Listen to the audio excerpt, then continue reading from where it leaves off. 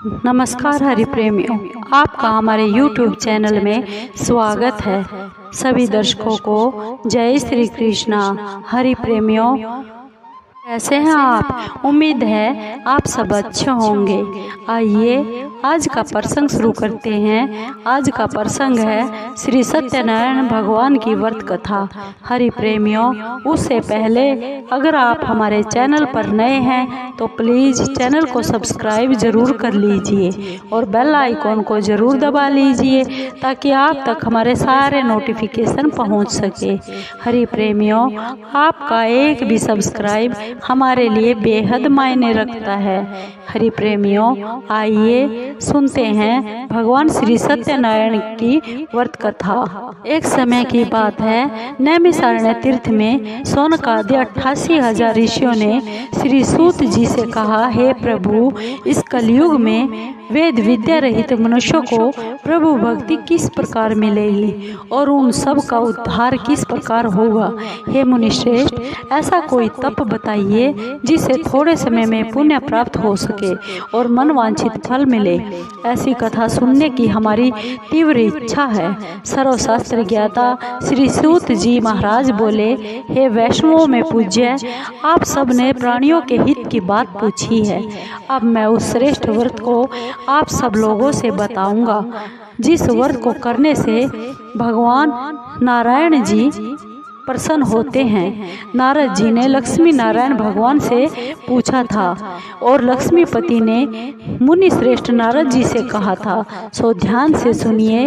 एक बार की बात है, नारद जी दूसरों के हित की इच्छा से अनेक लोकों में घूमते हुए धरती लोक में आ गए। इस मृत्यु लोक पर आने के बाद बहुत से योनियों में जन्मे हुए प्राय सभी मनुष्यों को अपने कर्मों के अनुसार अनेक दुखों से दुखी देखकर सोचा, किस यत्न करने से इन प्राणियों के दुखों का नाश हो सकेगा। ऐसा मन में विचार कर नारद जी विष्णु लोक को चले गए और वहां श्वेत वर्ण और 4 भुजाओं वाले देवों के ईश्वर नारायण को देखकर, जिनके हाथों में शंख चक्र और गदा पद्य थे, गले में वरमाला पहने हुए थे, स्तुति करने लगे। हे भगवान, आप अत्यंत शक्ति से संपन्न हैं। मन और वाणी भी आपको नहीं पा सकती। आपका आदि मध्य और अंत भी नहीं है। आप निर्गुण स्वरूप सृष्टि के भूत व भक्तों के दुखों को दूर करने वाले हो। आपको मेरा नमस्कार है। नारद जी से इस प्रकार स्तुति सुनकर भगवान श्री विष्णु बोले, हे मुनिश्रेष्ठ, आपके मन में क्या है? आप किस काम के लिए आए हैं? आप निसंकोच बताए। तब नारद मुनि बोले, मृत्यु लोक में सब मनुष्य जो अनेक योनियों में पैदा हुए हैं, अपने अपने कर्मों के कारण अनेक प्रकार के दुखों से बहुत दुखी हो रहे हैं। हे नाथ, यदि आप मुझ पर दया करते हैं, दया रखते हैं, तो बताइए उन मनुष्यों के सब दुख थोड़े से प्रयत्न से कैसे दूर हो सकते हैं। भगवान श्री विष्णु जी बोले, हे नारद, मनुष्यों की भलाई के लिए तुमने बहुत ही अच्छी बात पूछी है। जिस काम के करने से मनुष्य मोह से छूट जाता है, मैं तुमसे कहता हूँ, बहुत ही पुण्य देने वाला स्वर्ग और मृत्यु लोक दोनों में दुर्लभ और एक अति उत्तम व्रत है। आज मैं प्रेम के वशीभूत होकर तुमसे कहता हूँ, श्री सत्यनारायण भगवान की यह व्रत कथा अच्छी तरह विधि पूर्वक करने से मनुष्य धरती पर आयु पर्यंत सुख भोग कर और मरने के बाद मोक्ष को प्राप्त होता है। श्री भगवान जी के वचन सुनकर नारद मुनि बोले, हे भगवान, उस व्रत का फल क्या है और क्या उसका विधान है और किसने यह व्रत किया है और किस दिन यह व्रत करना चाहिए, आप मुझे सब विस्तार से बतला दीजिए। यह सुनकर भगवान विष्णु बोले, हे नारद, दुख और शोक आदि को दूर करने वाला, धन और धान्य को बढ़ाने वाला, संतान और सौभाग्य को देने वाला, यह व्रत सब स्थानों पर विजय देने वाला है। भक्ति और श्रद्धा के साथ किसी भी दिन मनुष्य श्री सत्यनारायण भगवान की प्रातःकाल के समय ब्राह्मण और बंधुओं के साथ धर्मपरायण होकर पूजा करे।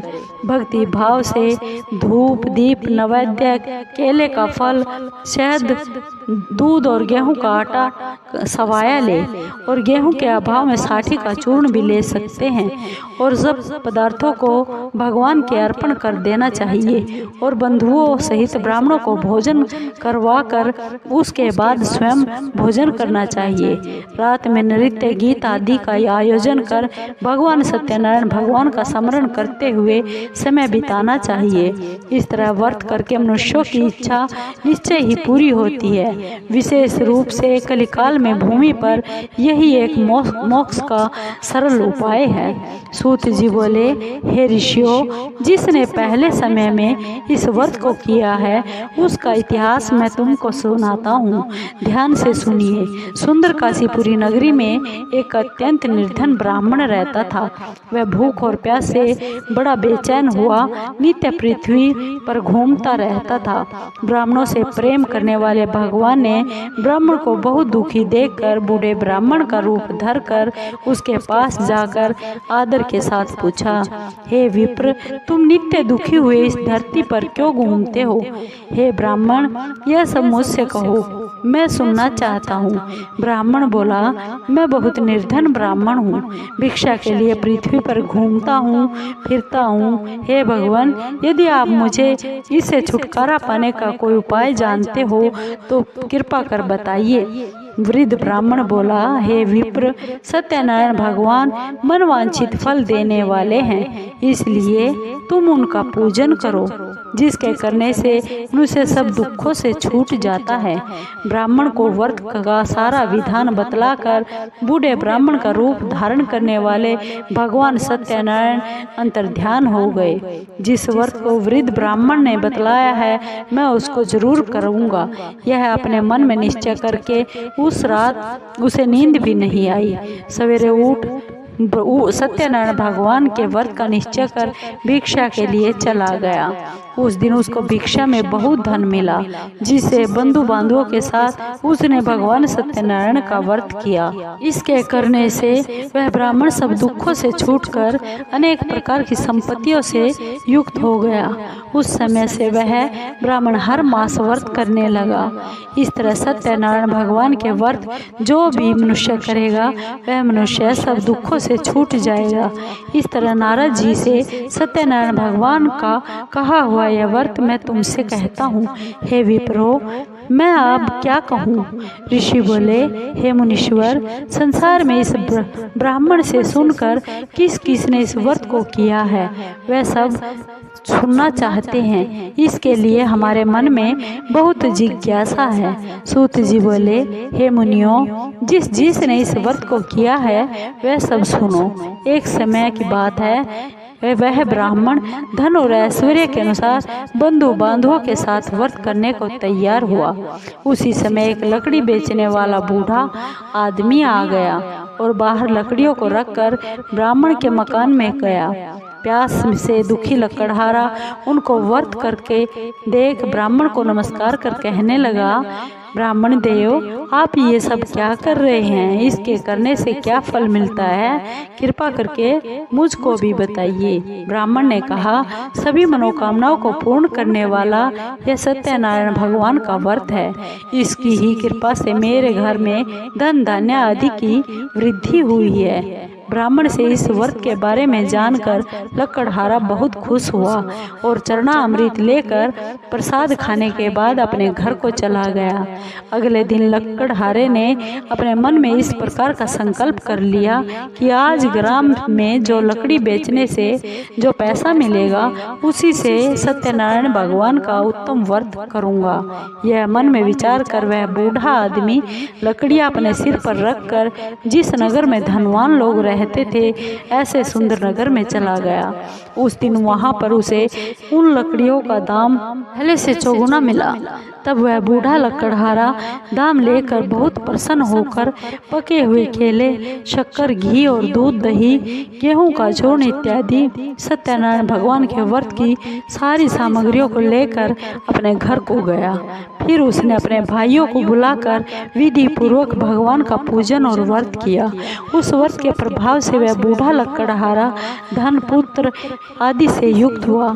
संसार के समस्त सुख भोग कर बैकुंठ को चला गया। सूत जी बोले, हे श्रेष्ठ मुनियों, आगे की कथा मैं आपसे कहता हूँ, सुनिए। पहले समय में उल्का मुख नाम का एक बुद्धिमान राजा रहता था। वह सत्य वक्ता और जितेंद्रिय था। प्रतिदिन देवस्थानों पर जाता था और गरीबों को धन देकर उनके दुख दूर करता था। उसकी पत्नी कमल के समान मुख वाली और सती साध्वी स्त्री थी। पुत्र प्राप्ति के लिए भद्रशिला नदी के तट पर उन दोनों ने सत्यनारायण भगवान का व्रत किया। उस समय में वहाँ एक साधु नामक वैश्य आया। उसके पास व्यापार के लिए बहुत सा धन था। उस नाव को किनारे पर ठहरा कर राजा के पास आ गया और राजा को व्रत करते हुए देखकर बहुत विनय के साथ हाथ जोड़कर पूछने लगा, हे राजन, भक्ति युक्त चित्त से यह सब आप क्या कर रहे हैं? मेरी सुनने की इच्छा है, सो आप मुझे यह सब बता दीजिए। राजा बोले, हे वैश्य, अपने बंधुओं के साथ पुत्र आदि की प्राप्ति के लिए यह महाशक्तिवान भगवान सत्यनारायण व्रत और पूजन कर रहा हूँ। राजा के वचन सुनकर साधु आदर से बोला, हे राजन, मुझसे इसका सब विधान कीजिए, कहिए। मैं भी आपके कथनानुसार इस व्रत को करूँगा। मेरे भी घर कोई संतान नहीं है। मुझे विश्वास है इस व्रत के करने से मेरे घर संतान जरूर होगी। राजा से सब विधान सुनकर व्यापार से निवृत्त हो वह आनंद के साथ अपने घर को चला गया। वैश्य ने अपनी स्त्री को संतान देने वाले इस व्रत को सुनाया और प्रण किया कि जब मेरे संतान होगी तब मैं इस व्रत को करूँगा। साधु ने ऐसे वचन अपनी स्त्री को कहे कि संतान होगी तब मैं इस व्रत को करूँगा। वैश्य ने ऐसे वचन अपनी स्त्री लीलावती से कहे। एक दिन उसकी स्त्री लीलावती पति के साथ आनंदित हो सांसारिक धर्म में प्रवृत्त होकर सत्यनारायण भगवान की कृपा से गर्भवती हो गई और 10वें महीने में उसके घर एक सुंदर कन्या ने जन्म लिया। दिनों दिन वह इस तरह बढ़ने लगी जैसे शुक्ल पक्ष का चंद्रमा बढ़ता है। कन्या का नाम कलावती रखा गया। तब लीलावती ने बहुत मीठे शब्दों में अपने पति से कहा कि जो आपने संकल्प किया था कि भगवान सत्यनारायण का व्रत करूँगा, अब आप उस व्रत को करिए। वह वैसे बोला, हे प्रिय, इसके विवाह पर करूँगा। इस प्रकार अपनी पत्नी को वह आश्वासन देकर वह नगर को चला गया। कलावती पितृगृह में वृद्धि को प्राप्त हो गई और वैश्य ने जब नगर में सखियों के साथ अपनी पुत्री को देखा तो तुरंत दूत बुलाकर कहा कि पुत्री के लिए कोई सुयोग्य वर देख कर लाओ। वैश्य की आज्ञा पाकर दूत कंचन नगर पहुंचा और वहां पर बड़ी खोज कर देखभाल कर लड़की के लिए सुयोग्य वणिज पुत्र को ले आया। उस सुयोग्य लड़के को देखकर वैश्य ने अपने बंधु बांधवों से प्रसन्नचित हो अपनी पुत्री का विवाह उस लड़के के साथ कर दिया, किंतु दुर्भाग्य से विवाह के समय भी उस व्रत को करना भूल गया। तब श्री सत्यनारायण भगवान क्रोधित हो गए और वैश्य को श्राप दिया, जाओ तुम्हें दारुण दुख प्राप्त होगा। अपने कार्य में कुशल वैश्य अपने जमाता सहित समुद्र के समीप स्थित रतनपुर नगर में गया और वहां दोनों ससुर जमाई चंद्रकेतु राजा के उस नगर में व्यापार करने लगे। एक दिन भगवान सत्यनारायण की माया से प्रेरित कोई चोर राजा का धन चुरा कर भागा जा रहा था, किंतु राजा के दूतों ने देखा कि चोर घबरा कर भागते हुए धन को वहीं चुपचाप रख कर जा रहे हैं जहां वे ससुर जमाई ठहरे हुए थे। जब दूतों ने उस साधु वैश्य के पास राजा के धन को रखा देखा तो वे दोनों उस ससुर जमाई को बांध कर ले गए और राजा के समीप जाकर बोले, हे राजन, यह 2 चोर हम पकड़ कर लेकर आए हैं, हमें आज्ञा दीजिए, क्या करना है। तब राजा की आज्ञा से उनको कठोर कारावास में डाल दिया गया। उनका सब धन छीन लिया गया। सत्यनारायण भगवान के श्राप के कारण साधु वैश्य की पत्नी व पुत्री भी घर पर बहुत ही दुखी हुई। उनके घर पर जो धन रखा हुआ था चोर चुरा कर ले गए। शारीरिक व मानसिक पीड़ा तथा भूख और प्यास से बहुत दुखी हो अन्न की चिंता में कलावती एक ब्राह्मण के घर गई। वहां उसने सत्यनारायण भगवान का व्रत होते हुए देखा। फिर कथा सुनी और प्रसाद ग्रहण कर रात को घर में आई। माता ने कलावती से पूछा, हे बेटी, अब तक कहाँ रही, वह तेरे मन में क्या है। कलावती बोली, हे माँ, मैंने एक ब्राह्मण के घर में सत्यनारायण भगवान का व्रत होते देखा है। कन्या के वचन सुनकर लीलावती भगवान के पूजन की तैयारी करने लगी। लीलावती ने परिवार और बंधुओं सहित श्री सत्यनारायण भगवान का पूजन किया और वर मांगा कि मेरे पति और दामाद शीघ्र घर पर आ जाए। साथ ही प्रार्थना की, हम सब का अपराध क्षमा कीजिए भगवान। भगवान सत्यनारायण इस व्रत से संतुष्ट हो गए और राजा चंद्रकेतु को स्वप्न में दर्शन देकर बोले, हे राजन, तुमने जो दोनों वैश्यों को बंदी बना रखा है वे सब निर्दोष है, उन्हें प्रातः ही छोड़ दो। उनका सब धन जो तुमने ग्रहण किया है वह वापस कर दो, नहीं तो मैं तेरा धन, राजा पुत्र आदि सब नष्ट कर दूंगा। राजा ने ऐसे वचन सुने। राजा से ऐसे वचन कहकर भगवान अंतर्ध्यान हो गए। प्रातःकाल राजा चंद्रकेतु ने सभा में अपने स्वप्न को सुना दिया। फिर दोनों वणिक पुत्रों को कैद से रिहा कर सभा में बुला लिया। दोनों ने आते ही राजा को नमस्कार किया।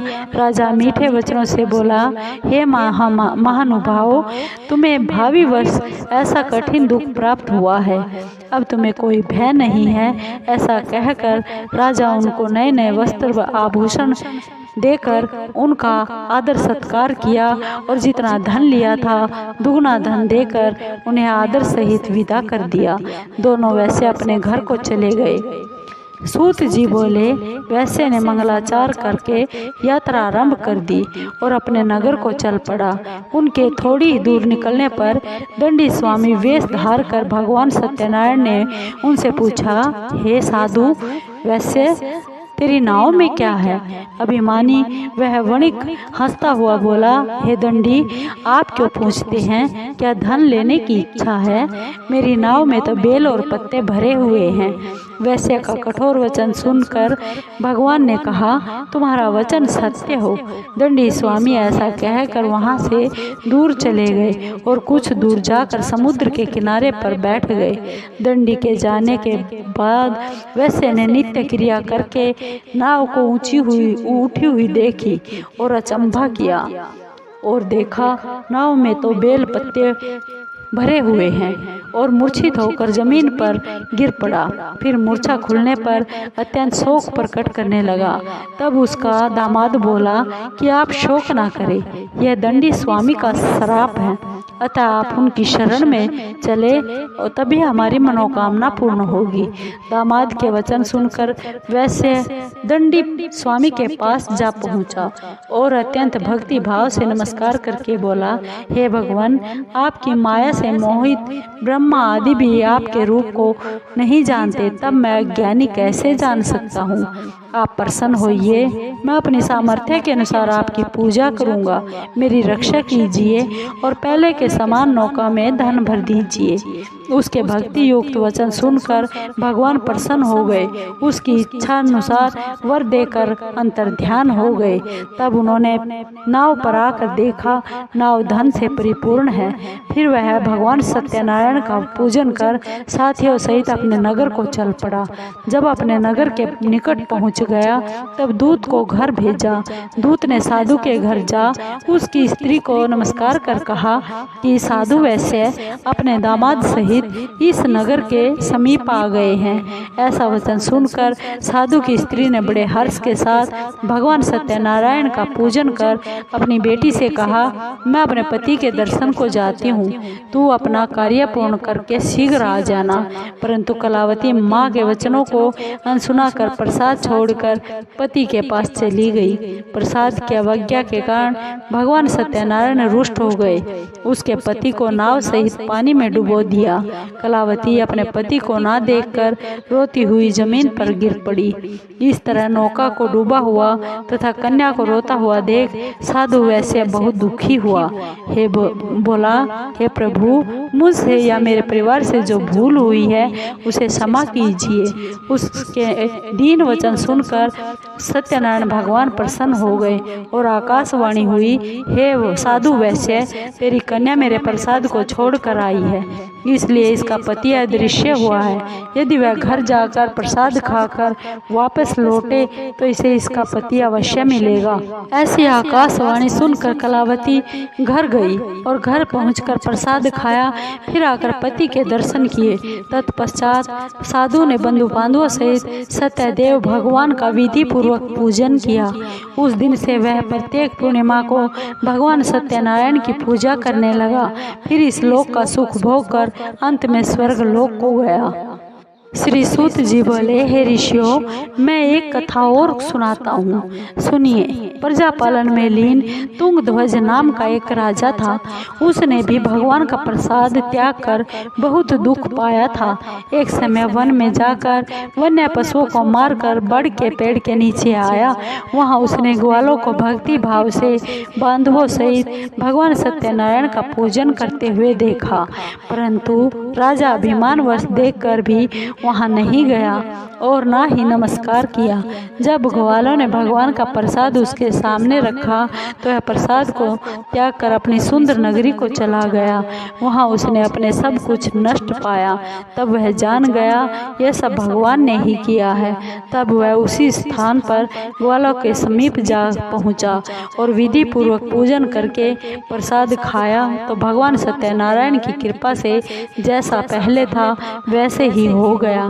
फिर दीर्घ काल तक सुख भोग कर मरने तक स्वर्ग लोक को गया।